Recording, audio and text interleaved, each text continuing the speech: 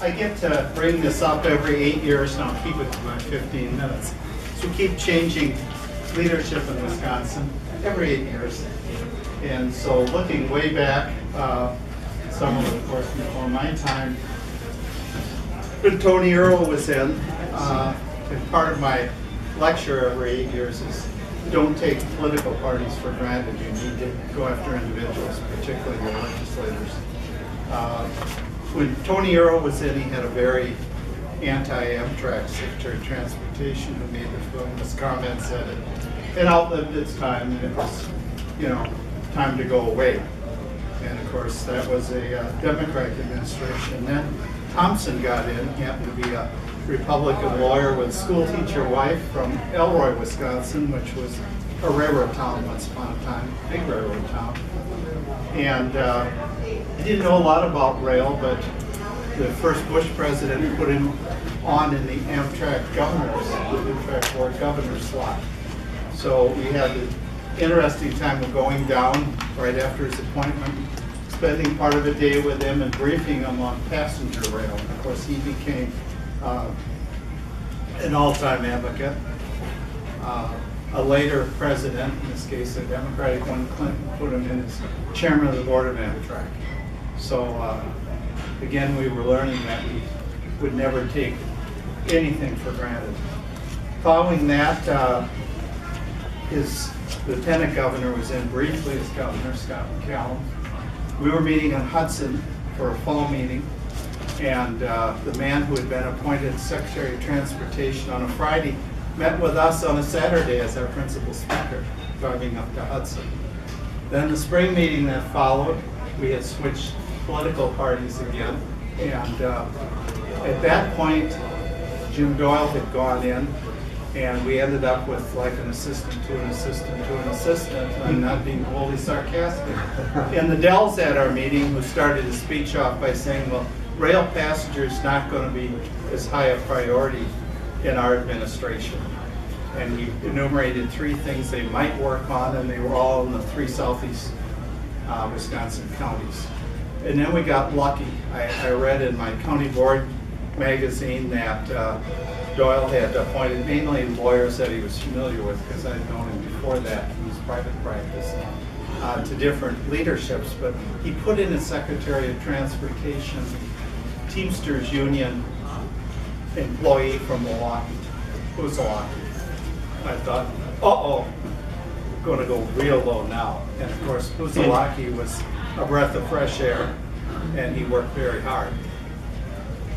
So then we went to the other political party, and I don't belong to either political party, just up front that to you. And of course, that was the highly publicized campaign issue between Mayor Barrett from Milwaukee and Milwaukee County Executive Scott Walker, in which the $800+ million given to us as a federal grant for startup service to Madison, Wisconsin was given back. And of course, many of you know that it just got spent somewhere else. I believe Florida got some of it, and I don't remember which states. Michigan got some of it. So we went through 8 years there, and in spite of that, we proceeded for 2 additional train services to Chicago from Milwaukee. And we moved forward slowly but surely on the second Twin Cities track. So now we've had another shift, and we're back to the other political party as leadership there. And so it's time for you to go to work. We have a split in our state, which is often good, though many who belong to a party may not agree with that. But the legislature, in this case, of one political party, has to react to the new governor's budget, and that includes $45 million in passenger rail. So your job, if you take nothing else away from this today, is, remember, we're non-political, we're a 501c3, so you can advocate for something. And if you want to support passenger rail and that line in the governor's budget, it's time for you to call your assembly person and your state senator. And remember, having spent a lot of time in local office, contrary to what you often hear about emails and that, form letters, an individual letter written from you or a phone call directly to them counts the highest in any political figure's reason. So take some time. I was advised off the record by someone that you need to do it this month. So mark 30 days on your calendar and make these contacts in the next 30 days. In my case, I have a continuing state senator from one party, but my assembly person from the other party retired. His replacement's due. So my job is to make sure that even though his party didn't traditionally support rail quite as much, he does, like my old one did. So that's your down-to-earth job, is to get this money through in the budget. And I was president of the school board, but there's $1.4 billion being proposed for additional funding for schools. I'm not anti-school, my wife was a teacher, but it's the idea that the size of that relative to the $45 million for passenger rails is pretty enormous. So that's what you're bucking. Other special interests that can say, well, you know, we got to show a little economy here, let's cut that rail line. We've done without it for several years. So take nothing for granted, work hard on that. The other issue that I'll briefly mention is federally, we go back and forth. And again, you can't take either political party for granted because of these compromises. And I was reminded after I spoke at a meeting a year ago that it wasn't necessarily the people who signed off on it who were wholeheartedly for it. The last 2 years, Amtrak's budget has been the record highest. And that's in spite of the fact that it was the political party that's often not thought of as pro-rail that happened to have the congressional majority and the White House. So I'm sure behind the scenes, the other political party maneuvered and got it in there. The bottom line is, it was the largest appropriation we've ever had. We'd like to have that again, or I'm sure even more. But just get the status quo is a positive thing. And the concern you need to focus on there with your member of Congress and your 2 United States senators is the fact that unlike some past presidents who zeroed Amtrak out, this one basically is zeroing out long distance trains. And I could give you a test. What runs across Wisconsin? One of the long distance trains. So it's more of a personal thing than a general fight to say to keep something up on the Northeast Corridor or whatever. So work to make sure those 10 people that represent us collectively from the state are willing to say, well, you know, we hear you, Mr. President, but we can't accept that.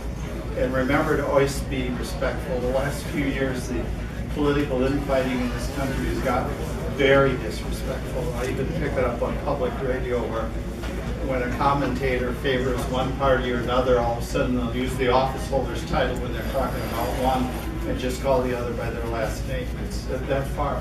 When you deal with people, be polite, be nonpartisan, be pro-rail, because that's what we're about.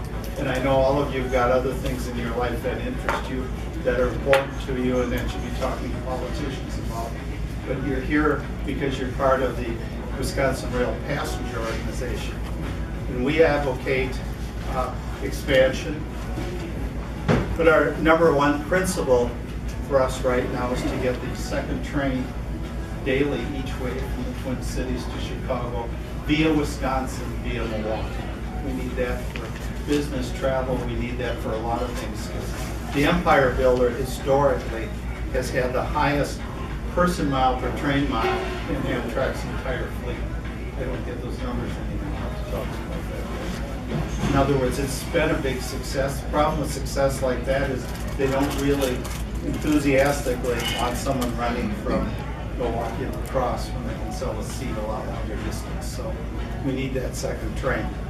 And just in closing, if you go back to the Midwest Regional Rail Initiative, which Wisconsin was the leader of for many years, if you study those numbers, the Twin Cities trains would make a profit, no offense to Amtrak. And that profit in that one is what was going to break even the Nebraska runs and things like that. So there's no question of the viability of service on this route and the revenue it would actually bring. The original study the year before Amtrak thought that Amtrak right might reach 10,000 route miles, and I think it's over 24.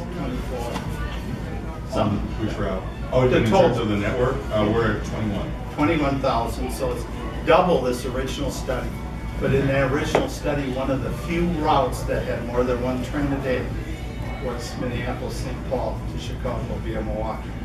So when there are no politics in it yet, and it was a business decision, that was the business observation. So this is prime rail country. Let's get that second train running. So with that, and